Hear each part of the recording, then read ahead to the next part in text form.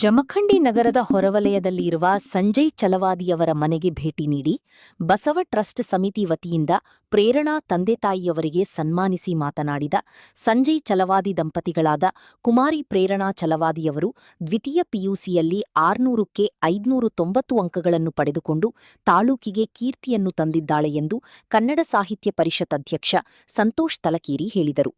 ಪ್ರೇರಣಾ ಅವರು ತಮ್ಮ ಕಠಿಣ ಪರಿಶ್ರಮದ ವಿದ್ಯಾಭ್ಯಾಸವನ್ನು ಮಾಡುವ ಜೊತೆಗೆ ಮನೆಯಲ್ಲಿ ತಂದೆತಾಯಿ ಪ್ರೋತ್ಸಾಹದಿಂದ ದ್ವಿತೀಯ ಪಿಯುಸಿಯಲ್ಲಿ ಅಧಿಕ ಅಂಕಗಳನ್ನು ಪಡೆದುಕೊಂಡು ಸಾಧನೆಯನ್ನು ಮಾಡಿದ್ದಾಳೆ. ಮುಂದೆ ಬರುವ ಮಕ್ಕಳಿಗೆ ಪ್ರೇರಣಾ ತಂದೆತಾಯಿಯವರು ತಮ್ಮ ಮಕ್ಕಳ ಕುರಿತು ಅವಳ ಪರಿಶ್ರಮ, ಸಾಧನೆ, ಓದುವ ಅಭಿರುಚಿಯ ಬಗ್ಗೆ ಅನಿಸಿಕೆಗಳನ್ನು ಹಂಚಿಕೊಂಡರು.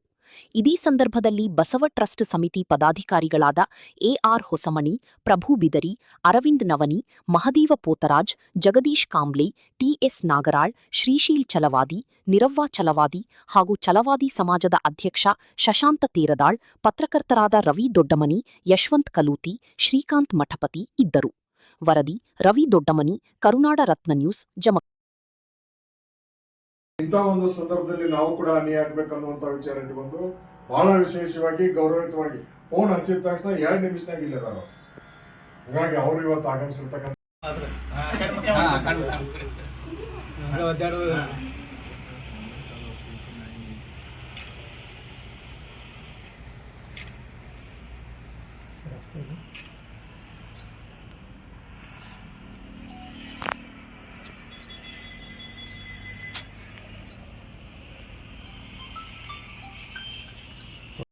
ಬಹಳ ವಿಶೇಷವಾಗಿರ್ತಕ್ಕಂಥ ದಿನದಲ್ಲಿ ನಾವು ನೀವೆಲ್ಲರೂ ಕೂಡ ಇದ್ದೀವಿ. ಏನಂದರೆ ಇವತ್ತು ಭಾರತ ರತ್ನ, ವಿಶ್ವರತ್ನ, ಸಂವಿಧಾನ ಶಿಲ್ಪಿ ಡಾಕ್ಟರ್ ಬಾಬಾ ಸಾಹೇಬ್ ಅಂಬೇಡ್ಕರ್ ಅವರ ಒಂದು 135ನೇ ಜಯಂತಿಯಲ್ಲಿ ನೀವು ಸಂಭ್ರಮದಿಂದ ಆಚರಿಸ್ತಾ ಇದ್ದೀವಿ. ಇಂಥ ಒಂದು ಸಂದರ್ಭದಲ್ಲಿ ಬಹಳ ವಿಶೇಷವಾಗಿ ನಮ್ಮ ಜಮಖಂಡಿ ತಾಲೂಕಿನಲ್ಲಿ ನಮ್ಮ ಶ್ರೀ ಸಂಜಯ್ ಚಲವಾದಿ ದಂಪತಿಗಳ ಮಗಳು ಇವತ್ತು ಪಿಯುಸಿ ಸೆಕೆಂಡ್ ಇಯರ್ನಲ್ಲಿ 600ಕ್ಕೆ 592 ಅಂಕಗಳನ್ನು ಪಡೆದಿರುವುದು ಬಹಳ ವಿಶೇಷ ಅಂತೇಳಿ ನಾನು ಈ ಸಂದರ್ಭದಲ್ಲಿ ಹೇಳಲಿಕ್ಕೆ ಹೆಮ್ಮೆ ಅನ್ನಿಸ್ತದೆ. ಯಾಕಂದ್ರೆ ಇಡೀ ರಾಜ್ಯದಲ್ಲಿ ಬಹಳಷ್ಟು ವಿದ್ಯಾರ್ಥಿಗಳು ಇವತ್ತು ಪಿಯುಸಿ ಪರೀಕ್ಷೆಯನ್ನು ಬರೆದಿದ್ದಾರೆ. ಅಂತ ಒಂದು ಸಂದರ್ಭದಲ್ಲಿ ಇವತ್ತು ಜಮಖಂಡಿ ತಾಲೂಕಿನ ಒಬ್ಬ ಶಿಕ್ಷಕರ ಮಗಳು 600ಕ್ಕೆ 592 ಅಂಕಗಳನ್ನು ಪಡೆದಿರ್ತಕ್ಕಂಥದ್ದು ಬಹಳ ವಿಶೇಷ, ಬಹಳ ಹೆಮ್ಮೆ ಪಡ್ತಕ್ಕಂಥ ಒಂದು ವಿಚಾರ. ಇವತ್ತು ಅವಳು ತನ್ನ ವಿದ್ಯಾರ್ಥಿ ಜೀವನದಲ್ಲಿ ಇಡೀ ರಾಜ್ಯ ಮೆಚ್ಕೊಳ್ತಕ್ಕಂಥ ಕೆಲಸವನ್ನ ಮಾಡಿದಾಳೆ.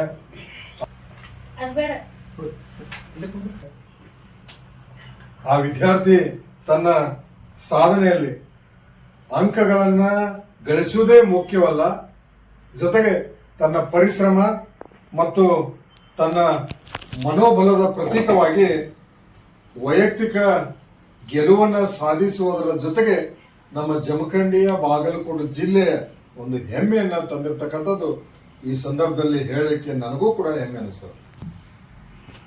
ಹಾಗಾಗಿ ನಾವು ಇವತ್ತಿನ ದಿನದಲ್ಲಿ ನಮ್ಮ ಬಸವ ಟ್ರಸ್ಟ್ ವತಿಯಿಂದ ಇವತ್ತು ಏನು ಆ ವಿದ್ಯಾರ್ಥಿಯ ಪಾಲಕರು ಇದ್ದಾರೆ, ಮಗಳು ನೀಟ್ ಪರೀಕ್ಷೆ ಬರಲಿಕ್ಕೆ ಇನ್ನೂ ಕೂಡ ಅಧ್ಯಯನದಲ್ಲಿರೋದ್ರಿಂದ ನಾವು ಅವರಿಗೆ ಗೌರವವನ್ನ ಸಲ್ಲಿಸಬೇಕು.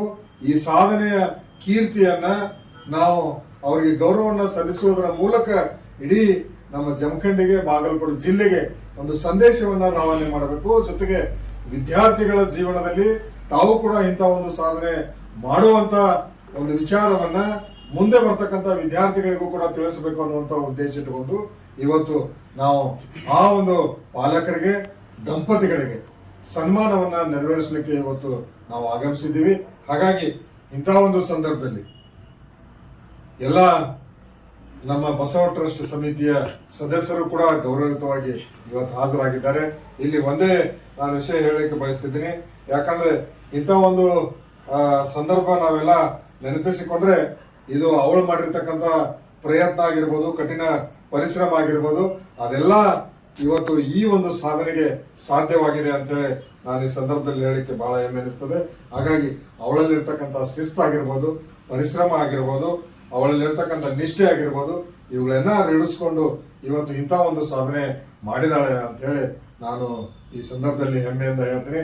ಹಾಗಾಗಿ ಮುಂದಿನ ಒಂದು ಜೀವಮಾನದಲ್ಲಿ ಅವಳು ಇಂಥ ಒಂದು ಸಾಧನೆಯನ್ನು ಮುಂದುವರಿಸಿ ಇಡೀ ನಮ್ಮ ಭಾರತ ದೇಶಕ್ಕೆ ಒಂದು ದೊಡ್ಡ ಕೊಡುಗೆಯನ್ನು ಮಾಡೋದ್ರ ಮೂಲಕ ಏನಪ್ಪಾ ಅಂದ್ರೆ IAS IPS ಮಾಡಿ ಸಾಮಾಜಿಕ ಕ್ಷೇತ್ರದಲ್ಲಿ ಬಹುದೊಡ್ಡ ಸಾಧನೆಯನ್ನ ಮಾಡಲಿ ಅಂತೇಳಿ ನಾವೆಲ್ಲರೂ ಕೂಡ ಆಶಾಭಾವನೆಯನ್ನ ಈ ಸಂದರ್ಭದಲ್ಲಿ ವ್ಯಕ್ತಪಡಿಸಿ ಈ PUC ಸೆಕೆಂಡ್ ಇಯರ್ನಲ್ಲಿ 592 ಮಾರ್ಕ್ಸ್ಗಳನ್ನು ತೆಗೆದುಕೊಂಡು ಒಂದು 92 ಅಂಕಗಳನ್ನು ತಗೊಂಡು ಒಂದು ನಮ್ಮ ಸಮಾಜದ ಒಂದು ಕೀರ್ತಿಯನ್ನು ಮೇಲಕ್ಕೆ ಏರಿಸಿದ್ದಾರೆ.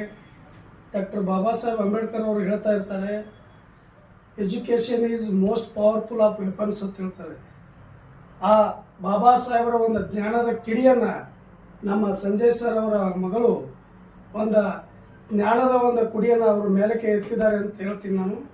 ಅದೇ ರೀತಿ ಅವರು ಈ ಭಾರತ ದೇಶದಲ್ಲಿ ಒಂದು IPS ಆಗಲಿ, ಇಲ್ಲ ದೊಡ್ಡ ಡಾಕ್ಟರ್ ಆಗಲಿ, ನಮ್ಮ ಭಾರತ ದೇಶದ ಜನತೆಯ ಒಂದು ಏನು ಅವರ ಸಹಾಯ ಸಹಕಾರ ಮತ್ತು ಅವರ ಸಾಮಾಜಿಕವಾಗಿ ಅವರು ಎಲ್ಲನೂ ಒಂದು ನಮ್ಮ ಭಾರತ ದೇಶಕ್ಕೆ ಮಾಡಲಿ, ಹೀಗೆ ಅವರು ಮುಂದಿನ ಒಂದು ಶಿಕ್ಷಣದ ಒಂದು ಹಾದಿ ಸುಗಮವಾಗಿ ಸಾಗಲಿ ಅಂತೇಳಿ ಆ ಬುದ್ಧ ಬಸವ ಅಂಬೇಡ್ಕರ್ ಅಲ್ಲಿ ಕೇಳ್ಕೊಳ್ತಾ ನಾನು ಒಂದು ಎರಡು ಮಾತು.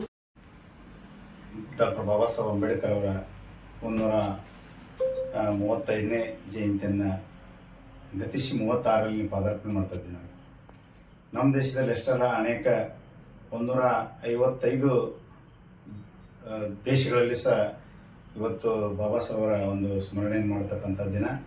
ಅವರು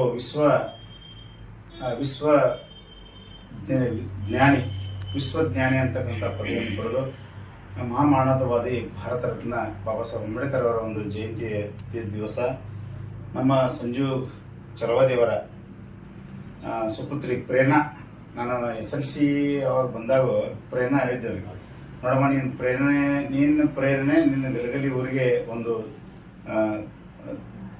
ದೀಪವಾಗಿ ಬೆಳಗಬೇಕು, ಅಂದರೆ ನಿಮ್ಮ ತಾಯಿ ತಂದೆ ಹೆಸರನ್ನು ನೀನು ಗಳಿಸಬೇಕು ಅಂತಕ್ಕಂಥ ಮಾತನ್ನು ನಾನು SLC ಸಂದರ್ಭದಲ್ಲಿ SLC ಒಳಗೂ ಹೈಯೆಸ್ಟ್ ಮಾರ್ಕ್ಸ್ ಅಂತ ತೊಗೊಂಡಿದ್ರು ಪ್ರೇರಣಾ. ಆ ಸಂದರ್ಭದಲ್ಲಿ ನಾವೇನು ಅಂದ್ಕೊಂಡಿದ್ವಿ ಅದೇ ರೀತಿ ಪ್ರೇರಣಾ ಇವತ್ತು PUC ಒಳಗೂ ಸಹ 98 ಪಾಯಿಂಟ್ ಸಮಥಿಂಗ್ ಪರ್ಸೆಂಟೇಜ್ ಮಾಡಿದ್ದಾಳೆ. ಅವರಿಗೆ ನಮ್ಮೆಲ್ಲ ಬಸವ ತತ್ವದ ಹಾಗೂ ಎಲ್ಲ ನಮ್ಮ ಬಸವ ತತ್ವದ ಬಳಗ ಅಂದ್ರೆ ನಮ್ಮದು ಟ್ರಸ್ಟ್ ಇದೆ ಬಸವ ತತ್ವ, ಆ ಎಲ್ಲ ನಮ್ಮ ಸದಸ್ಯರು ಅವರಿಗೆ ನಾವು ತುಂಬ ಹೃದಯದ ಚಿರುಣಿ ಆಗಿರ್ತೀವಿ. ಯಾಕಂದರೆ ಈಗಾಗಲೇ ನಮ್ಮ ಅಧ್ಯಕ್ಷರು ಸಂತೋಷ್ ತಡಕೇರಿ ಹೇಳ್ದಂಗೆ ಇಂಥ ವಿದ್ಯಾರ್ಥಿಗಳು ನಮ್ಮ ಸಮಾಜದಲ್ಲಿ ಎಲ್ಲೋ ಒಂದು ಬೆಳವಣಿಗೆ ಆಗ್ತಿರೋದು. ಆ ಬೆಳವಣಿಗೆ ಆಗ್ತಕ್ಕಂಥ ವಿದ್ಯಾರ್ಥಿಗಳನ್ನು ನಾವು ಪತ್ರಿಕಾ ಮಾಧ್ಯಮ ಮೂಲಕ ಆಗಲಿ, ಯಾವುದೇ ಒಂದು ಮೀಡಿಯಾ ಆಗಲಿ, ಅದ್ರ ಮುಖಾಂತರ ನಾವೇನು ಮಾಡಬೇಕು, ಬೆಳಕಿಗೆ ಬರೋಕ್ಕೆ ಸಾಧ್ಯತೆ ಇತ್ತು. ನಾವು ಎಲೆಮರೆ ಕಾಯಿದ್ದೆ ಒಂದು ಕಡೆ ಇದ್ದಾಗ ಎಲ್ಲೋ ಇಟ್ಕೊಂಡು ಅಷ್ಟೇ ಸೀಮಿತ ಆಗಿರೋದ ಅಲ್ಲದೆ ನಾವೇನು ಮಾಡಬೇಕು, ಇಂಥ ಒಂದು ಸಂದರ್ಭದಲ್ಲಿ ಅವ್ರಿಗೆ ಸನ್ಮಾನ ಮಾಡೋದಾಗಲಿ, ಅವ್ರಿಗೆ ಒಂದು ಏನಾದರೂ ಪ್ರೇರಣೆ ಕೊಡೋದಾಗಲಿ ಮಾಡಿದಂದ್ರೆ ಅವರಲ್ಲಿ ಏನಾಗೈತೆ, ಸ್ವಲ್ಪ ಏನಾದರೂ ಚೈತನ್ಯ ಮೂಡ್ತೈತಿ. ಚೈತನ್ಯದ ಮೂಡಿದ ನಂತರ ನಮ್ಮ ಸಮಾಜದ ಜನ ನಮ್ಮ ಜೊತೆಗೆ ಬೆಂಬಲದಾರಲ್ಲ, ನನಗಿಷ್ಟೆಲ್ಲ ಬಳಗೈತಿಲ್ಲ, ನನಗಿಷ್ಟೆಲ್ಲ ನಮ್ಮ ಸಮಾಜದವ್ರಲ್ಲ ನನಗೆ ಪ್ರೇರಣೆ ಕೊಡ್ತಾರಲ್ಲ ಅಂತಕ್ಕಂಥದ್ದನ್ನು ಆ ಮಗುವಿನಲ್ಲಿ ಒಂದು ಉತ್ಸಾಹ ಬೆಳೆದೈತಿ. ಅವಾಗ ಏನಾಗೈತೆ, ಮತ್ತು ಮುಂದೆ ಒಂದು ಸ್ಟೆಪ್ ಮುಂದೆ ಹೋಗ್ಲಿಕ್ಕೆ ಸಾಧ್ಯ ಐತಿ.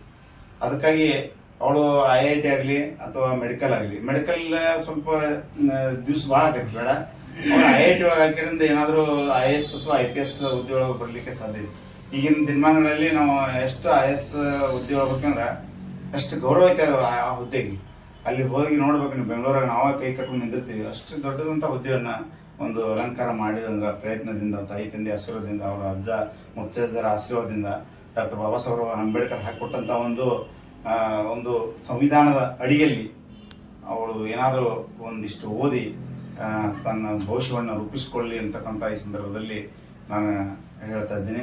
ಅದಕ್ಕಾಗಿ ಬುದ್ಧ ಬಸವ ಅಂಬೇಡ್ಕರ್ ಅವರ ಒಂದು ಮಾರ್ಗದರ್ಶನದಲ್ಲಿ ನಡೀಲಿ, ಅವರ ತಾಯಿ ತಂದೆ ಆಶೀರ್ವಾದ ಮಾರ್ಗದರ್ಶನದಲ್ಲಿ ಮುಂದುವರಿಲಿ ಅಂತಕ್ಕಂಥದ್ದನ್ನು ನಾನು ಅವಳಿಗೆ ಇನ್ನೊಂದು ಸಲ ಹಾರೈಸಿ, ಅವರ ತಾಯಿ ತಂದೆಗೂ ಸಹ ನಾವು ಮಕ್ಕಳ ಯಾವುದೇ ರೀತಿ ಶಾಲೆಯನ್ನು ಬಿಡಿಸಲಾರದೆ ಅವಳಿಗೆ ಏನಾದರೂ ಜಲ್ದಿ ಲಗ್ನ ಮಾಡಿಕೊಡೋದಾಗಲಿ, ದೊಡ್ಡ ಕೇಳಾದಂಥ ಭಾವನೆಯನ್ನು ತೆಗೆದು ಮೊದಲು ತಲೆಗೆ ತೆಗಿಬೇಕು. ಅವಳು ತನ್ನ ಪೂರ್ತಿ ಕಾಲ ಮೇಲೆ ನಿಂತು ತಾನೇ ಒಂದು ಹುದ್ದೆಗೆ ಬರುತ್ತಾಗ ತಾವು ಪ್ರಯತ್ನ ಮಾಡಬೇಕು. ಅದಕ್ಕೆ ಏನಾದರೂ ನಮ್ಮದು ಟ್ರಸ್ಟಿಂದ ಏನಾದರೂ ಸರ್ಕಾರ ಬೇಕಾದ್ರೆ ನಾವು ಎಲ್ಲ ನಮ್ಮದು ಬಳಗದವ್ರನ್ನೆಲ್ಲ ಕೊಡ್ತೀವಿ. ಅದಕ್ಕಾಗಿ ತಮ್ಮ ಜೊತೆಗೆ ನಾವು ಇರ್ತೀವಿ ಅಂತಕ್ಕಂಥ ಮಾತನ್ನು ಈ ಸಂದರ್ಭದಲ್ಲಿ ಹೇಳಿ ನನ್ನ ಮಾತಿಗೆ ನಮಸ್ಕಾರಗಳನ್ನು ಸಲ್ಲಿಸ್ತಾ, ಅಂಬೇಡ್ಕರ್ ಅವರ 135ನೇ ಜನ್ಮ ದಿನಾಚರಣೆಯ ನಿಮಿತ್ತವಾಗಿ ಕಾಕತಾಳೀಯ ಎನ್ನುವಂತೆ ಅಂಬೇಡ್ಕರ್ ಅವರ ವಂಶಜರು ನನ್ನ ಪುತ್ರಿ ಪ್ರೇರಣಾ ಬಹಳ ಪರಿಶ್ರಮ ಜೀವಿಯಾಗಿದ್ದರು. ಕಾರಣ ಏನಂದರೆ, ಅವಳು LKG ಇಂದನೇ ತನ್ನ ಸ್ಕೂಲ್ನಲ್ಲಿ ಒಂದು ಸ್ಟ್ಯಾಂಡರ್ಡನ್ನು ಮೇಂಟೈನ್ ಮಾಡ್ಕೊತ ಬಂದಿದ್ದರು. LKG ಇಂದ 10ನೇ ತರಗತಿವರೆಗೆ ಇಂಡಿಯಾದ ಸ್ಕೂಲ್ನಲ್ಲಿ ಫಸ್ಟು. ಮುಂದೆ PUC ಕೂಡ 97% ಅಂಕಗಳನ್ನು ಪಡೆದಿದ್ದರು. ಈಗ 98.3% ಅವಳ ಪರಿಶ್ರಮದಿಂದ ಮಾಡಲ್ಪಟ್ಟಿದ್ದಾರೆ. ಗಣಿತ ಮತ್ತು ಜೀವ ವಿಜ್ಞಾನದಲ್ಲಿ 100ಕ್ಕೆ 100 ಅಂಕಗಳು, ಭೌತ ವಿಜ್ಞಾನ ಫಿಸಿಕ್ಸ್ನಲ್ಲಿ 99, ಕೆಮಿಸ್ಟ್ರಿನಲ್ಲಿ 98 ಅಂಕಗಳನ್ನು ತಗೊಂಡು PCMBನಲ್ಲಿ 99.25% ಮಾಡಿದ್ದಾರೆ. ಲ್ಯಾಂಗ್ವೇಜ್ನಲ್ಲಿ ಇಂಗ್ಲೀಷ್ನಲ್ಲಿ ಸ್ವಲ್ಪ 95 ಬಂದು ಅದರಿಂದ ಸ್ವಲ್ಪ ಪರ್ಸೆಂಟೇಜ್ ಅವರು ಕಡಿಮೆ ಆಗಿದೆ. ಆದರೂ ಕೂಡ ನಮ್ಮ ಕುಟುಂಬದಲ್ಲಿ ಇದುವರೆಗೆ ಯಾರೂ ಅಷ್ಟು ಪ್ರತಿಶತ ಅಂಕಗಳನ್ನು ಪಡೆದಿರಲಿಲ್ಲ. ಕುಟುಂಬ ಅಷ್ಟೇ ಅಲ್ಲ, ನಮ್ಮ ಗಲಗಲಿನಲ್ಲಿಯೂ ಕೂಡ ನಮ್ಮ ಸಮುದಾಯದಲ್ಲಿ ಇಷ್ಟೊಂದು ಪ್ರತಿಶತ ಅಂಕಗಳ ಬಂದಿರಲಿಲ್ಲ. ಇದೊಂದು ಮುಂದಿನ ಪೀಳಿಗೆಗೆ ಒಂದು ಸಟ್ಟನ್ನು ಮಾಡಿದ್ದಾರೆ ಅವರಿಗೆ. ನನಗೆ ಇನ್ನೂ ಒಂದೇನು ಆಶಯ ಅದ ಅಂದರೆ, ಅವಳು ಮಾಡಿರುವಂತಹ ಆ ಪ್ರತಿಶತ ಅಂಕವನ್ನು ಡಿಪೀಟ್ ಮಾಡುವಂತೆ ನಮ್ಮ ಮಕ್ಕಳು ತಯಾರಿ ಆಗಬೇಕು. ಯಾಕಂದರೆ ಒಂದು ಟಾರ್ಗೆಟ್ ಸೆಟ್ ಆಗಿರ್ತದೆ, ಆ ರೆಕಾರ್ಡ್ ಇರೋದೇ ಮುರಿಯೋದಕ್ಕೆ. ಮುಂದಿನ ಮಕ್ಕಳು ಅದಕ್ಕಿಂತಲೂ ಹೆಚ್ಚು ಅಂಕಗಳನ್ನು ತೆಗೆದುಕೊಳ್ಳುವಂತೆ ಆಕಿ ಸ್ಫೂರ್ತಿಯಾಗಲಿ. ಅದರ ಜೊತೆಗೆ ತಮ್ಮೆಲ್ಲರೂ ನಮ್ಮ ಕುಟುಂಬಕ್ಕೆ ಇದೇ ರೀತಿಯಾಗಿ 10ನೇ ತರಗತಿಯಲ್ಲಿಯೂ ಕೂಡ ಅವಳು ಸಂಧಿ ಇಂಟರ್ನ್ಯಾಷನಲ್ ಸ್ಕೂಲ್ನಲ್ಲಿ ಫಸ್ಟ್ ಬಂದಾಗಲೂ ಕೂಡ ತಾವೆಲ್ಲರೂ ಬಂದು ಸತ್ಕಾರ ಮಾಡಿದ್ದೀರಾ. ಅದರ ಜೊತೆಗೆ ಈಗಲೂ ಕೂಡ ಅದೇ ರೀತಿ ಸತ್ಕಾರವನ್ನು ಮಾಡೋದಕ್ಕೆ ಬಂದಿದ್ದೀರಾ. ತಮಗೆಲ್ಲರಿಗೂ ಮೊದಲು ತುಂಬ ಹೃದಯದ ಧನ್ಯವಾದಗಳನ್ನು ಮೊದಲು ಹೇಳ್ತಾ ಇದ್ದೀನಿ. ಅದರ ಜೊತೆಗೆ ಅವಳು ನಿರಂತರವಾಗಿ ಅಧ್ಯಯನ ಮಾಡುವಂಥ ಒಂದು ಪರಿಶ್ರಮ ಜೀವಿಯಾಗಿದ್ದರು. ಇವತ್ತೇನು ನಾವು ಅವಳಿಗೆ ಇದನ್ನು ಮಾಡ್ಬೇಕಮ್ಮ ಅಂತೇಳಿ ಅವ್ರ ಸ್ಕೂಲ್ನಲ್ಲಾಗಲಿ ನಾವಾಗಲಿ ಹೇಳಿದರೆ ಮರುದಿನ ಮುಂಜಾನೆ ಅನ್ನೋದ್ರೊಳಗಾಗಿ ಅದು ರೆಡಿ ಆಗಿರ್ತಿತ್ತು. ಅಷ್ಟು ಡೆಡಿಕೇಟ್ ಆಗಿ ಮಾಡ್ತಿದ್ರು. ಪ್ರಾರಂಭದೊಳಗೆ 5ನೇ ತರಗತಿವರೆಗೆ ನನ್ನ ಜೊತೆಗೆ ಅಧ್ಯಯನ ಮಾಡ್ತಿದ್ರು. 5ನೇ ಮುಗಿದ ಮ್ಯಾಗ ಸೆಲ್ಫ್ ಸ್ಟಡಿ ಸ್ಟಾರ್ಟ್ ಆಗ್ತದೆ. ಏನಾದರೂ ಭಾಳ ಡಿಫಿಕಲ್ಟ್ ಏನಾದರೂ ಬಂದರೆ ಮಾತ್ರ ನನ್ನ ಹತ್ರ ಬರ್ತಾ ಇದ್ರು. ಸಾಧ್ಯ ಆದ್ರೆ ಅವರು ಮೊದಲ ಹತ್ರ ಕೇಳ್ತಿದ್ದು, ಸ್ವಲ್ಪ ಅಲ್ಲೇ ಸ್ವಲ್ಪ ಕ್ಲಾಶ್ ಆಗ್ತಿತ್ತು. ನೀವು ನಿಮ್ಮ ಅಪ್ಪನ ಹತ್ರನೇ ಕೇಳಕ್ಕೆ ಹೋಗ್ರಿ ಅಂತೇಳಿ ಹೀಗೆ ಬರ್ತಿತ್ತು. ಯಾಕಂದ್ರೆ ಅವಳ ಅಧ್ಯಯನದ ವೇಗಕ್ಕೆ ಮನೆಯೊಳಗೆ ಅಷ್ಟು ವೇಗದಲ್ಲಿ ಇರದೇ ಇರುವ ಕಾರಣಕ್ಕಾಗಿ ಇದನ್ನು ಒಂದು ಸ್ವಲ್ಪ ಚೇಷ್ಟೆಯಾಗಿ ನಾವು ತೆಗೆದುಕೊಳ್ತಾ ಇದ್ದೀವಿ. ಆ ಚೇಷ್ಟೆಗಳನ್ನು ಮಾಡ್ತಾ ಅವ್ರ ಅನ್ನಗೊಂದು ಚಾಲೆಂಜ್ ಮಾಡಿದ್ರು. ಅವರು 10ನೇ ತರಗತಿ ಒಳಗಿದ್ದಾಗ, ನೀನು 90 ಮಾಡಿದಿ, ನಿನ್ಕಿಂತ ನಾನು ಹೆಚ್ಚು ಮಾಡಿ ತೋರಿಸ್ತೀವಿ. ಅವಾಗ 95 ಪಾಯಿಂಟ್ ಸಮಥಿಂಗ್ ಮಾಡಿದ್ರು. PUCನಲ್ಲಿ ಅವನು 89% ಮಾಡಿದ ಸೈನ್ಸ್ನೊಳಗೆ, ನಿನಕ್ಕಿಂತ ನಾನು ಕನಿಷ್ಠ ಒಂದು 5% ಹೆಚ್ಚು ಮಾಡ್ತೀನಿ ಅಂತೇಳಿ ಅವಾಗ ಜೊತೆಗೆ ಒಂದು ಸ್ಪರ್ಧೆಯನ್ನು ಮಾಡಿದ್ರು. ಅವನಕ್ಕಿಂತಲೂ ಸುಮಾರು 9.3% ಹೆಚ್ಚು ಅಂಕಗಳನ್ನ ಪಡೆಯೋ ನಿಟ್ಟಿನೊಳಗೆ ಅವಳು ಪರಿಶ್ರಮವನ್ನ ಪಟ್ರು. ಅಂದ್ರೆ ನಮ್ಗ ಮುಂದೆ ಭವಿಷ್ಯತ್ತಿನಲ್ಲಿ ಮಕ್ಕಳು ಉತ್ತಮವಾದಂತಹ ಫಲಿತಾಂಶವನ್ನ ಪಡೆದ್ರೆ ಎಲ್ರಿಗೂ ಅದೊಂದು ಸ್ಫೂರ್ತಿಯಾಗಿರುತ್ತೆ. ನಾನು ಅಲ್ಲಿ PU ಕಾಲೇಜಿಗೆ ಅವ್ರ ಲೆಕ್ಚರ್ನ ಭೇಟಿಯಾಗಕ್ಕೆ ಹೋದಂಥ ಸಂದರ್ಭದೊಳಗೆ ಹೇಳಿರುವಂಥ ಒಂದು ಮಾತು ನನಗೆ ಬಹಳ ನೆನಪು ಬರ್ತದೆ. ಅವ್ರು ಏನು ಹೇಳ್ತಿದ್ರು ಅಂದರೆ C is a IITN doctor ಅಂತ ಹೇಳ್ತಿದ್ರು. ಯಾಕಂದ್ರೆ ಅವಳು ನೀಟ್ ಪ್ರಿಪೇರ್ ಮಾಡುವಾಗಲೂ ಕೂಡ JEE ಮೇನ್ಸ್ ಅನ್ನ ತನ್ನ 15 ದಿನಗಳ ಅಧ್ಯಯನದಲ್ಲಿಯೇ 96.82% ಪರ್ಸೆಂಟೈಲ್ ಅನ್ನ ಮಾಡಲ್ಪಟ್ಟಳು. ಅಲ್ಲಿನೂ ಕೂಡ ಫಿಸಿಕ್ಸ್ ನಲ್ಲಿ 97+ ಇದೆ, ಕೆಮಿಸ್ಟ್ರಿನಲ್ಲಿ 95+ ಇದೆ. ಮ್ಯಾಥಮೆಟಿಕ್ಸ್ ಅವ್ರಿಗೆಲ್ಲ ಹೇಳಿರದೇ ಇದ್ರು ಕೂಡ ಅದನ್ನು 80% ಮಾಡಿ ಟೋಟಲ್ ಆಗಿ 96.82% ಅವರು JEE ಮೇನ್ಸ್ ಫಸ್ಟ್ ಅಟೆಂಪ್ಟ್ ನೊಳಗ ಮಾಡಲ್ಪಟ್ಟಳು. ಅವಾಗ ಒಂದ್ ಸ್ವಲ್ಪ ನನಗೆ ದ್ವಂದ್ವ ಆಯಿತು, ಈ ಹುಡುಗನ್ನ ಮೆಡಿಕಲ್ ಕಳಿಸ್ಬೇಕು, NIT ಸೂರತ್ಕಲ್ ಅವಳಿಗೆ ನಾನು ಪ್ರೆಡಿಕ್ಟ್ ಅದ್ರೊಳಗೆ ನೋಡಿದಾಗ NIT ಸೂರತ್ಕಲ್ಲು ಆಮೇಲೆ ತಿರ್ಚಿ ಎರಡರೊಳಗೂ ಆಕಿಗೆ top 2 college of our nation ಅವು ಎರಡು, ನ್ಯಾಷನಲ್ ಇನ್ಸ್ಟಿಟ್ಯೂಟ್ ಆಫ್ ಟೆಕ್ನಾಲಜಿ ಅಲ್ಲಿ ಸಿಗುವಂಗಿತ್ತು. ಆದ್ರೂ ಅವಳಿಗೊಂದು ಆಸೆ ಇತ್ತು ನನ್ನ ಬಗ್ಗೆ, ಏನಂದ್ರೆ ಪಪ್ಪ ನಿನಗಾಗಿ ನಾನು ಮೆಡಿಕಲ್ ಮಾಡ್ತೀನಿ, ಅದು ಮುಗಿದ ಮೇಲೆ ನಾನು ಓದೋದಕ್ಕೆ ನೀನು ಯಾವುದೇ ಅಡೆತಡೆಯನ್ನ ಮಾಡ. ಅಂದ್ರೆ ಅವಳದು ಮೇನ್ ಥೀಮ್ ಏನಿದೆ IAS ಸೋಷಿಯಲ್ ಸರ್ವಿಸ್ನಲ್ಲಿನೇ ಅವಳು ಹೋಗಬೇಕು ಅಂತೇಳಿ ಪರಿಶ್ರಮ ಪಡ್ತಾ ಇದ್ದಾಳೆ. ಅದಕ್ಕೆ ಸಂಪೂರ್ಣವಾಗಿ ನಾನು ಒಂದು ಶಿಕ್ಷಕ ವೃತ್ತಿಯಲ್ಲಿ ಇದ್ಕೊಂಡು ಅವಳಿಗೆ ಅವಳ ಅಸೆಟ್ ಅನ್ನ ಅಂದ್ರೆ ಅವಳ ಟಾರ್ಗೆಟ್ ಅನ್ನ ಗೋಲನ್ನ ಮುಟ್ಟೋವರೆಗೆ ಆಕೆಗೆ ಯಾವುದೇ ರೀತಿ ಡಿಸ್ಟರ್ಬೆನ್ಸ್ ನಾನು ಮಾಡಲ್ಲ. ಅದ್ರ ಜೊತೆಗೆ ಸಾಮಾಜಿಕ ಸೇವೆಯನ್ನ ಮಾಡುವ ನಿಟ್ಟಿನೊಳಗೆ ಅವಳು ಹೋಗ್ಲಿ. ಅದರ ಜೊತೆಗೆ ಸಮುದಾಯವನ್ನ ಅಂದ್ರೆ ಬ್ಯಾಕ್ ಟು ಸೊಸೈಟಿ, ಸಮುದಾಯವನ್ನ ಪ್ರೀತಿಸುವಂತಹ ಒಂದು ಪರಿಕಲ್ಪನೆ ಅವಳಿಗೆ ಬರಲಿ. ಅದರ ಜೊತೆಗೆ ಅವ್ರ ಕಾಲೇಜ್ನಲ್ಲಿ ಒಂದು ಮಾತು ಅವರು ಲೆಕ್ಚರರ್ ಇಂದ ಅವಳಿಗೆ ಇರಿಟೇಟ್ ಆಗಿದೆ. ಏನಂದ್ರೆ ನಿಂದ SC ಅದ, ನೀನ್ ಇಷ್ಟೇ ಯಾಕೆ ಅಷ್ಟು ಪರಿಶ್ರಮ ಪಡಾಕತ್ತೀನಿ, ನಿನಗೆ ಸಿಗ್ತೈತಿ ಅಂತೇಳಿ. ಅವಾಗ ಅವ್ರಿಗೆ ಅಂದ್ರೆ ಸರ್ ನಾನು SC ಅದೀನಿ ಪರವಾಗಿಲ್ಲ, ಆದ್ರೆ ಸೀಟ್ ತಗೊಳ್ಳೋದು ಮಾತ್ರ ಜನರಲ್ದಾಗ ತಗೋತೀನಿ, ಸೀಟ್ ತಗೊಳ್ಳೋದು ಜನರಲ್ದಾಗ ತಗೋತನು. ನಾನು ಜನರಲ್ದಾಗ ಹೋಗೋದ್ರಿಂದ ನನ್ನ ಸಮುದಾಯದ ಒಂದು ಸೀಟ್ ಅಲ್ಲಿ ಒಳಗೆ ಬರುತ್ತೆ. ಇದು ಒಂದು ರೀತಿ ಸಮಾಜ ಸೇವೆನೇ ಇದ್ದ ಹಾಗೆ. ಅದಕ್ಕೆ ಈಗಾದ್ರೂ ಕೂಡ ಗ್ರ್ಯಾಂಡ್ ಟೆಸ್ಟ್ ಅವ್ರು ಮಾಡ್ತಾ ಇದ್ದಾರೆ. ಟಾಪ್ 10 ಒಳಗ ನೀಟ್ ನಲ್ಲಿ ಅವಳು ಇದ್ದಾಳೆ. ಅವ್ರ ಕಾಲೇಜ್ನಲ್ಲಿ 1200 ವಿದ್ಯಾರ್ಥಿಗಳಲ್ಲಿ ಟಾಪ್ 10 ಒಳಗ ಅವಳು ಇದ್ದಾಳೆ. ತಮ್ಮೆಲ್ಲರ ಆಶೀರ್ವಾದ ಅವಳ ಮೇಲೆ ಇರಲಿ, ಅಂಬೇಡ್ಕರ್ ಅವರ ಆಶೀರ್ವಾದ ಅವಳ ಮೇಲೆ ಇರಲಿ. ಅದಕ್ಕೆ ತಕ್ಕಂತೆ ಅವಳು ಫಲಿತಾಂಶವನ್ನ ಮಾಡುವ ಜೊತೆಗೆ ಮಾನವೀಯ ದೃಷ್ಟಿಕೋನವನ್ನ ಅವಳಿಗೆ ನಾನು ಬಹಳ ಹೇಳ್ತಾ ಇರ್ತೀನಿ. ಯಾವ್ದ ವೀಕ್ ಇದ್ದಂತ ಹುಡುಗರು ಆಕೆನ ಏನ ಕೇಳಿದ್ರು ಕೂಡ ಅವ್ರು ಕ್ಲಿಯರ್ ಆಗುವವರೆಗೂ ಅವಳು ಅದನ್ನ ಬಿಡಲ್ಲ. ಇದರಿಂದ ಆಕೆ ಪರ್ಫೆಕ್ಟ್ ಆಗ್ತಾ ಇದ್ದಾರೆ. ಯಾಕಂದ್ರೆ ನಮ್ಗೆ ಬಂದಂತ ಜ್ಞಾನ ಹೇಳೋದ್ರಿಂದ ಹೆಚ್ಚು ನೆನಪು ಉಳಿತದೆ. ಇದನ್ನು ಮೊದಲು ಮಾಡು, ಯಾರ ಕೇಳಿದ್ರು ನಿನಗೊಂದು ಅವಕಾಶ ಸಿಕ್ಕೈತಿ, ಅದನ್ನ ಹೇಳು ಅಂತ ನಾನು ಹೇಳ್ತಾ ಇದ್ದೆ. ಅದೇ ರೀತಿ ಮಾಡಿ ಅವಳಿಗೆ ಹೆಚ್ಚಿನ ಅಂಕಗಳನ್ನ ಪಡೆಯೋದಕ್ಕೆ ಅವಳಿಗೆ ಹೆಚ್ಚಿನ ಪರಿಶ್ರಮವನ್ನು ಪಟ್ಟಿದ್ದಾಳೆ. ಅವಳು ಭವಿಷ್ಯತ್ತಿನೊಳಗೆ